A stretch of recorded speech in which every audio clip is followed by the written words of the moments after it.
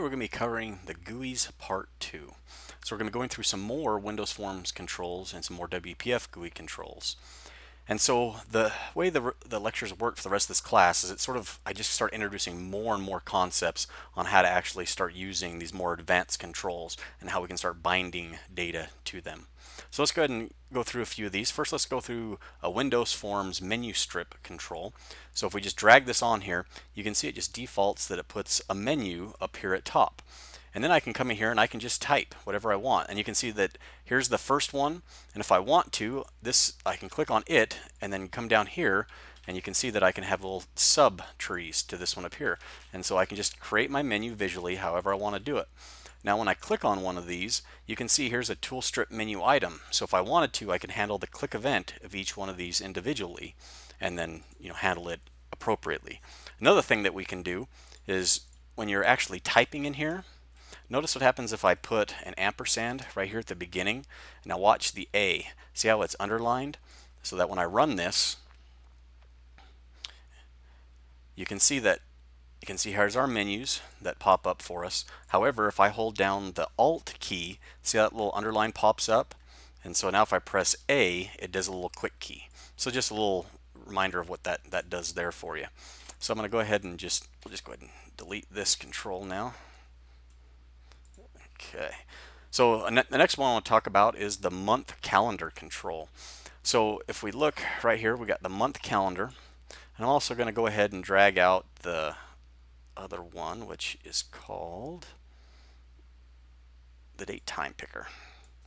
So two different ways that we can have the user select a date. This control here just always has the calendar available, and you can select date range. Where this one, it's always just one date, but watch if I run this, you can kind of see what happens is that as I click this, it's the exact same control. For this one, you can see I can like highlight multiple days, or this one you're going to want to just highlight one day. So it just depends on the use case of each one. As we go through some of the properties over here for our month calendar control, you can see like, let's see, we got first day of week, so you can say, what should be Monday or Sunday, that's the first day of the week. Let's see, the max date, the user can select the min date, max selection count, so you can see most of the time maybe you only want them to select one, so you just change that to one there. Select the selection range, so you could actually, this would be a property you could get based on how the users select the date there, and then the today's date you can set this, but you can see it's also by default there. So same with this control here. There's a few, you got like value, for example. So this is the date that's selected, so you could get it or set it.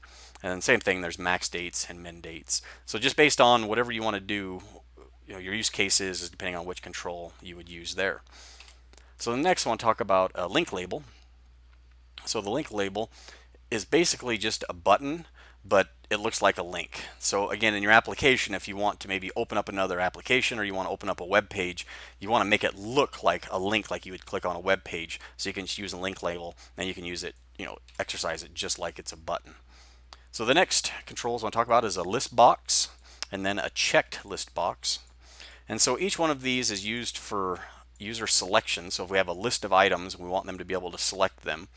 So extremely similar, where this one you could click on each one to select it, or you can hold down the control key and it'll be highlighted each row that's selected, where here you can have the checkbox. So it's just different ways, and again, your use case, it just depends on what you're trying to select. Usually I use a checklist box if I'm trying to represent something that has like a tree structure, possibly. It just kind of depends, and if that is true, I might use a TreeView control, but it just kind of depends. So if I click on my list box one here, we can come over here and there's one called selection mode, and you notice how it's set to 1.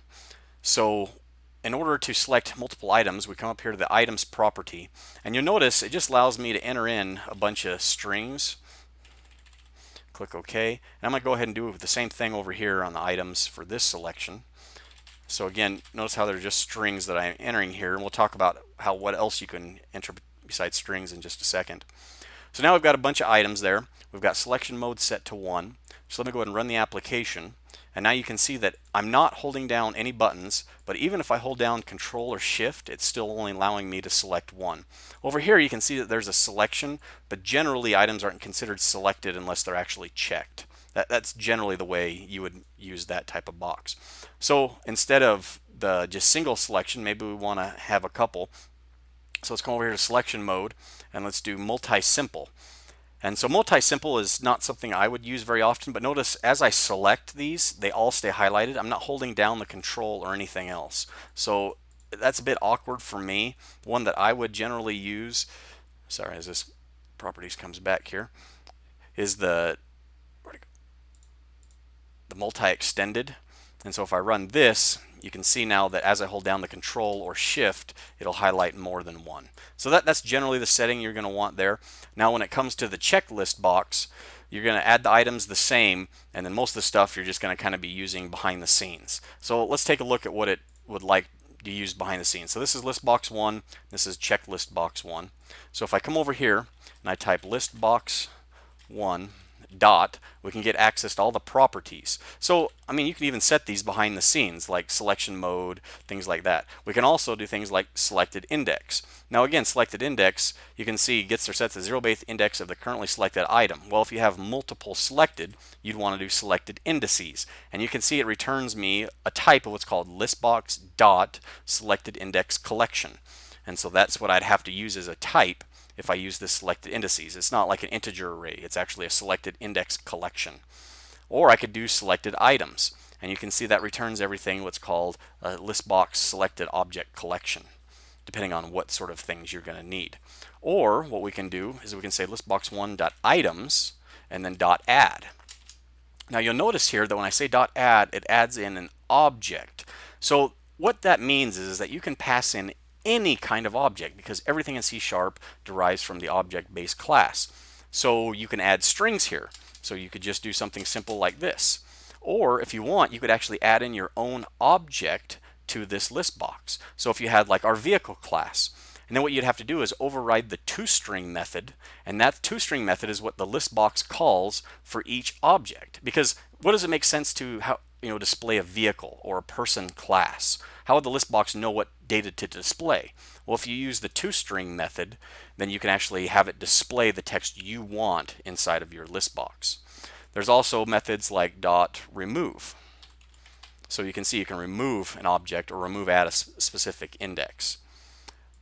Now the next one, let's say we want to figure out those selected items. So again, selected items. Now notice how it's a listbox.selectedObjectCollection. So we're going to get these items, selected items. Now we're going to put that in our listbox.selectedObjectCollection, and then we can say selected items. Make that equal to this. And so now this selected items contains all of those items. So now this is a collection. So for instance, I could access the first element, and I could do .toString or whatever. So that would give me that first item that's selected. Or you could put this this collection in a loop and loop through all of the items. And the other list box, the checklist box, works very similar. So the next control to look at is similar to these sort of controls, but that's just a combo box. So if you just want a single selection, you would just use our combo box here. The combo box, the main thing to look at is this drop-down style here. So this first one is the drop-down. The next one is drop-down list. So let me go ahead and add some items here so we can take a quick look at those. Let's just add a couple different items here. And now if I go ahead and run it, you can see that there's my selection mode, but this particular type allows me to actually select, or not select, but type in text. So you would have to write your own algorithm to sort of like find the other items or what you want it to do when the user is typing text. But that's the selection mode that we're using for this one. So if you do drop-down style of drop-down list, see how it defaults now to where you can't actually type anything in there? And now you can just select an item. Also, if I type letters here, like if I type the letter D, see how it selects that. So this is generally the use case that I would use a combo box where it seems like it's the most standard. The next control is the TreeView control.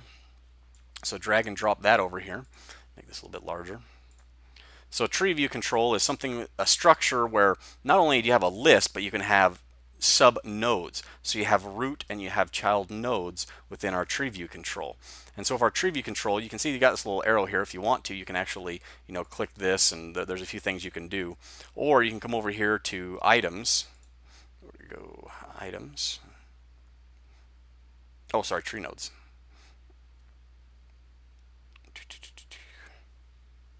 Where'd it go?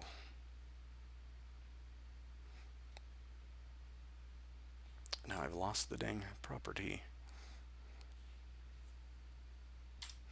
All right, so we add the nodes here. So go ahead and click that, do add root. So we can come to this here, and you can see that you can see node sub 0 because that's the name of the text here. So we could change this to anything we want, and you can see it actually has a name. So we're adding more roots if we want. You can see at this level, or I can click a node and say add a child, and I can add as many child nodes as I want. And each one of these you can see I can change the text or change the name itself. Click OK, and then here's my child nodes. You can also set properties over here so that whether they're expanded or not, whether they're different, showing the lines and the plus and minus signs, things like that. I'm going to go over a TreeView control in just a second when we look at some example code. The next control I want to talk about is the tab control. Now, tab control I use all the time. And so drag the tab control, and what it allows you to do is basically save space. So it's kind of like having lots of different windows all within a set area. So you can see here's tab page 1. Now I can click this and I have a whole separate tab, or I can right click here and say add tab. And so now I basically have what I would equivalent of 3 windows stacked on top of each other that you can click out of and click through the different tabs. And Visual Studio's catching up here on me. So that's kind of the nice thing about a tab control, and it gives you a little bit more flexibility. You can enable or disable, hide different tabs, and you can let the user sort of click through the different tabs based on what you need them to do. All right, so now let's take a look at another example from the book, and this one has to do with visual inheritance. And so with visual inheritance, and again, this is a Windows form app, and then we'll go over to some WPF controls. What we've done here is notice how that this is just a regular window. So if I come over here, you can see that our class is called Visual Inheritance Base Form, and we're inheriting from the form class. All they did was they just created a window, and then they put all those controls onto it. So again, it's just a Windows form that they've added some buttons onto. So you can see that there. Now, the other thing about this particular application is this isn't a regular application. They actually created a new project type, and it's actually, if I come over here to new project, you can see they've done what's called a class library. And the reason they wanted to do that is because they actually want to compile this down to a DLL.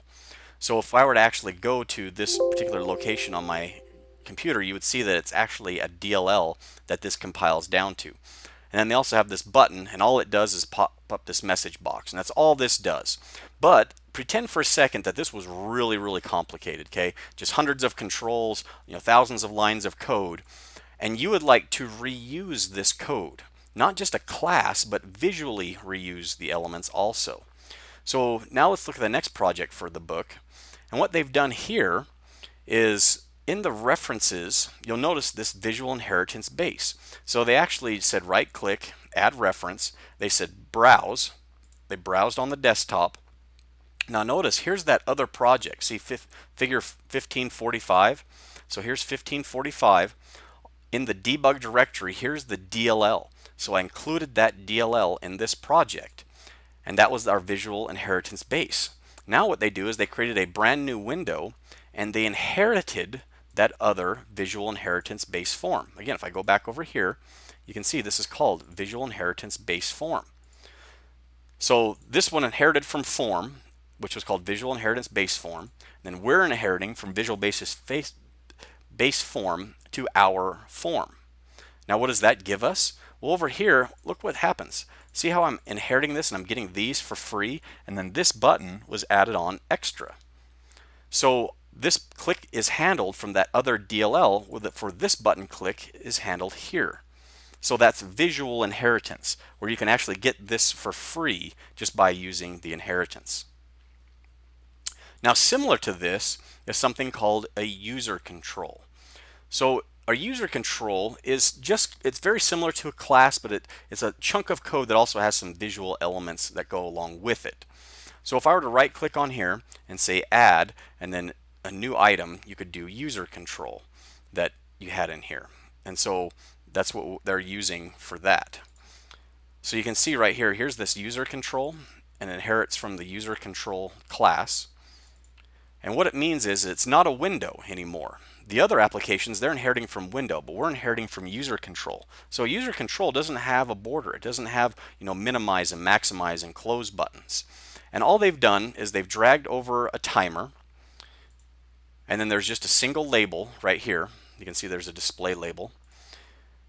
And every time that timer goes off, they just display the date time on the timer. Now when you click build on this application, here's a regular window. Now notice over here, see how it now under this toolbox, just like where there's the common controls, now there's one called clock user control. And so I could actually take this clock user control and I can drag it on to the toolbox. Oh, maybe I need to rebuild. Maybe it's not happy with that.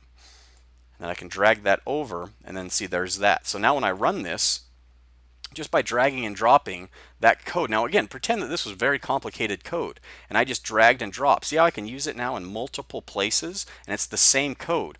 So again, if this was some really complicated, reporting mechanism or something, math algorithm, someone else could create that. You could drag it on here and then just every window, could have the same control on it and it would look the same for all of them. So that's how you do that in Windows Forms. And how we also created those DLLs. So now let's actually jump back to our WPF application now and let's start going through some of the controls for that. So first let's drag a combo box onto here. So you're going to notice that a lot of similarities between WPF and Windows Forms. So it's kind of nice, you can actually use it in either place. And so in WPF we've got the items collection here.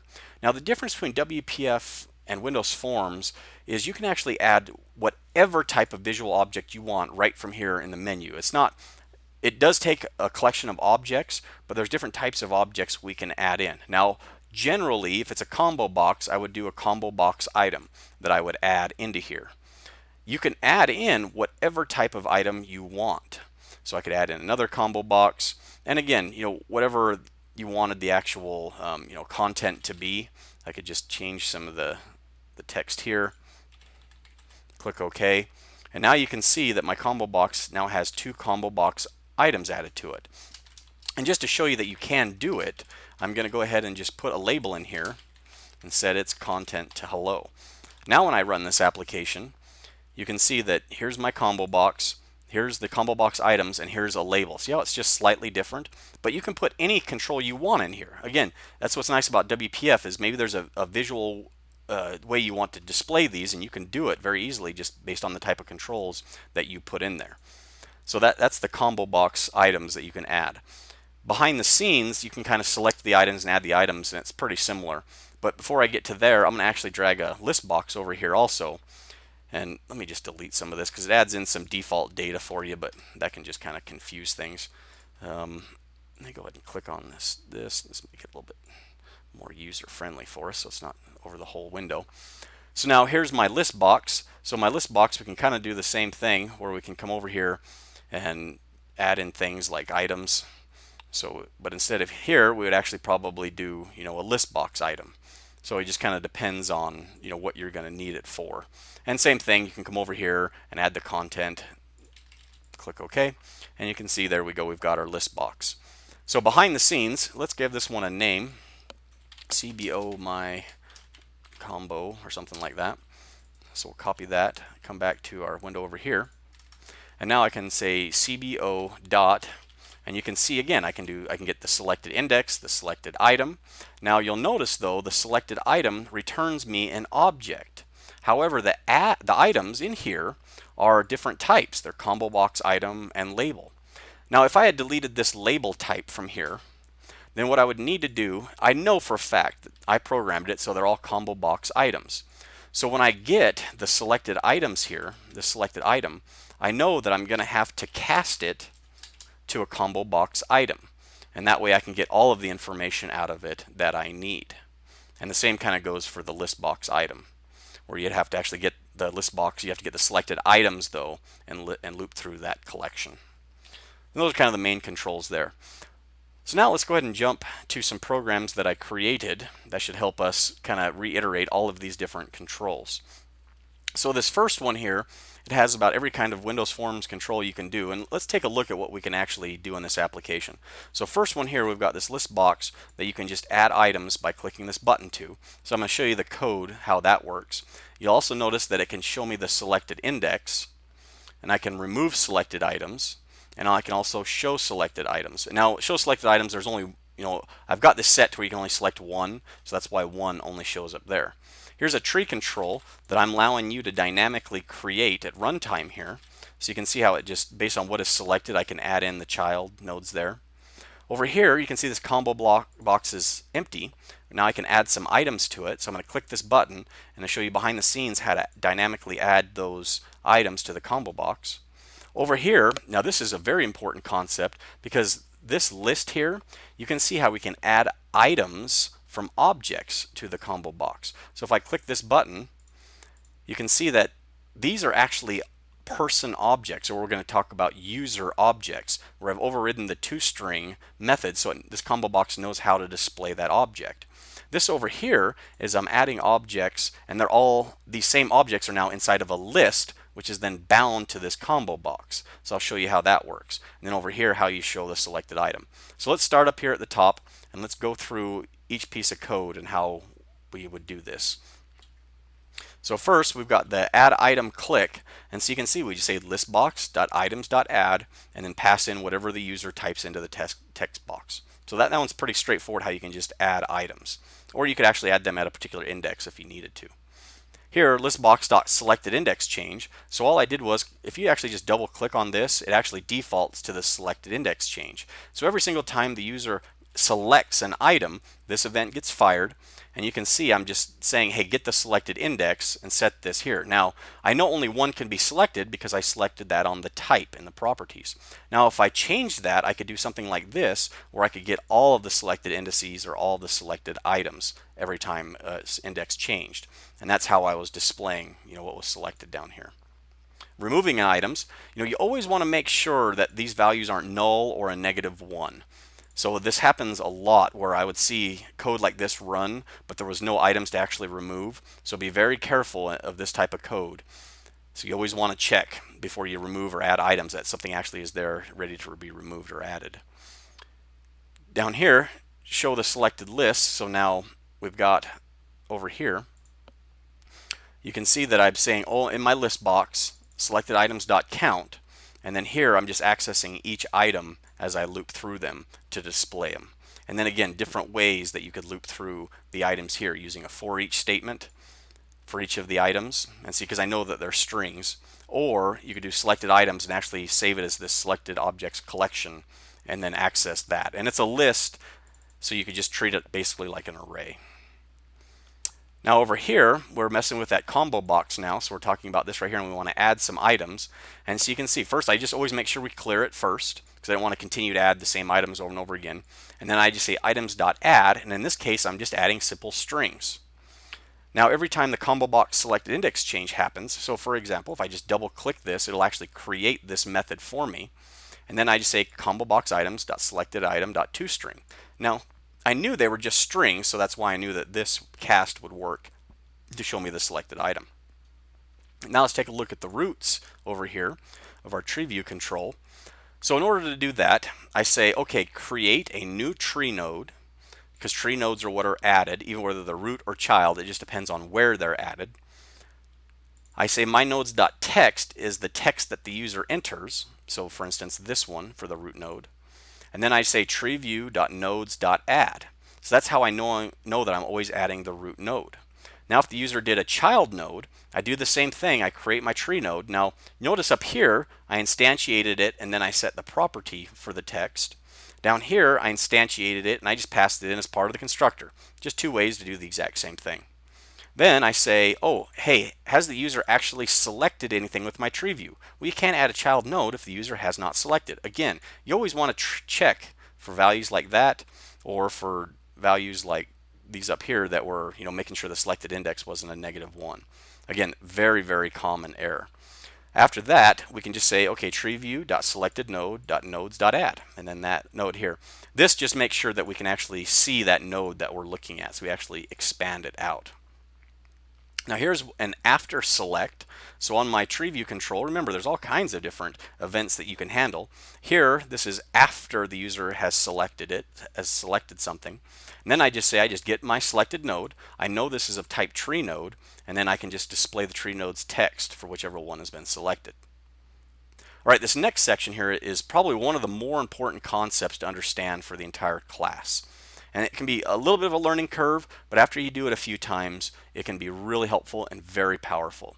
So this is a programming paradigm that's used a lot. And what it is that you have some sort of control. It could be a data grid, it could be a ComboBox, it could be a ListBox, and you want to display a list of items to the user. And generally those items are not just strings. So for example, let's pretend we have users or employees, whatever you want to call it. You create a user class and you fill it up with all kinds of data. So there could be 1,000 pieces of data that you fill up with this object. So how does it know what it means to display user1? Well, you can override the toString method so that this ComboBox knows how to display each item that's added. So let's take a look at this user class. So it's pretty straightforward. So it's just class CLS user. You can see we've got an ID, a first name, a last name that are all private attributes. We've got a couple constructors that can set that data, and then some properties to get and set that. Now, I'll talk about this display text in just 1 second. For now, just pay attention to how we've overridden the toString method where we got the first name and last name. So this is what's going to be displayed for every row in the ComboBox for each item that's added. And what's nice about this is now that we've created this object, we add this object to our ComboBox. And what that means now is that when you want to get data back out, so notice how there's this show selected item. Well, okay, so I just get my ComboBox.selectedItem. I know they're of type CLS user, so I cast it, and now this is a user object.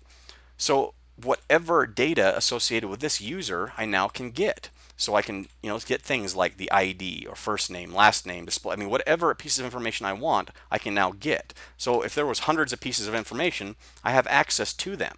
Now again, the user may not need to know about that. Maybe they all just need to use the first name. But based on which user they select, you can display anything you want to them. So that's what's nice about creating these classes like this. So almost always, I have some sort of database table that the rows and columns, the columns are all these attributes, and then I just mimic that database table with a class. And that way this looks exactly like my database table. And then I can just show the user whatever information I want. So when they click that button, again, you always want to be careful because this doesn't have the possibility of being null if no items are selected. And then here, I can show whatever information I want to the user. Now, this is great, but this is generally not how it's done. This is generally how it's done, where you actually fill up some sort of list, this generic list. You can see, so this is a generic list of type user. And so once I fill that up, I create those same objects, but I add those objects to my list. Then I bind, so this is a new concept where you bind a list to a collection to a given object. So you can see for my ComboBox, rather than just saying, ComboBox.items.add, so here's my items. You can see it's an object collection, which means I can put whatever kind of objects in there I want. If I want to say, hey, I've got this list, here's the source of the data I want you to display. And oh, by the way, use the toString method to display that data. So if I run this application again, and you can see how this is blank. Now if I click add items from objects or add items from the list, you can see that this is actually the toString method getting called for each of those items. And I select this, it gets the object out and just displays the ID. Another way that you can do it is if you want to comment this one out, you can say, hey, the display member, this says which property to call to display the data. So rather than using toString, you can name the property. So for example, I create another property called display text. And you can see if I set that, it actually does this information, not this one. So it's just another way of how you could display data to the user.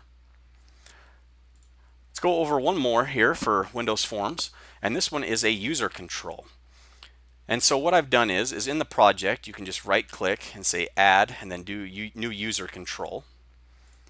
And that's what this is right here. On this user control, I just dragged three labels and one button onto this user control. Now the idea is that, okay, we've got all these different buttons, but we want the user of our control, the programmer, to tell us what to do when the user clicks these labels or this button. So this should sound familiar. So think about when we just drag and drop a regular button onto our window. So when we just drag a button over, we then have to wire up a method to the click event, right? So we're telling the button, when you get clicked, here's the method I want you to call. Well, what if we want to do that same concept for our user control, where the user passes us a delegate that contains a method that we call when the user clicks these buttons, or these labels, or this button. So how do we do that? Now remember how we learned about delegates before? So just focus on this piece of code right here for now. So in order for the user to tell us what method to run, they have to be able to pass a method to us. Well, in order to pass a method to us, they have to use the delegate type. So this is what we're saying, hey, pass us a method that meets this definition and we'll call it for you when you click our seat labels. So I say public delegate. Now the method that they can pass to us has to return a void, and it has to pass in a string to us. So what that means is that we're going to pass back out the string seat number to them. So they pass us in the method, but we're going to pass them the seat number. Now down here, this is the new part of the concept where we're actually going to create ourselves an event. Remember how our button had a .click event, or mouse down event, or mouse over event? Well, that's what we're creating right here. We could have called this click if we wanted to. See how it's public? We name it an event. We give it a name. This could be banana or click or whatever we want to call it. We're calling it seat click delegate, which is this type, and the variable name is called seat click event. So I can instantiate a variable of this type and pass in a method that meets this signature. So what that means now is, because the user can now wire up this click event, let's say when the user clicks a seat, what I do is I get that label, and then I say, okay, if my seat click event, which is this event here. Now remember, think about when you drag and drop a button onto a window. You don't have to wire up the click event, do you? So that's why it's possible for this to be null. Well, if it's null, you don't want to do anything.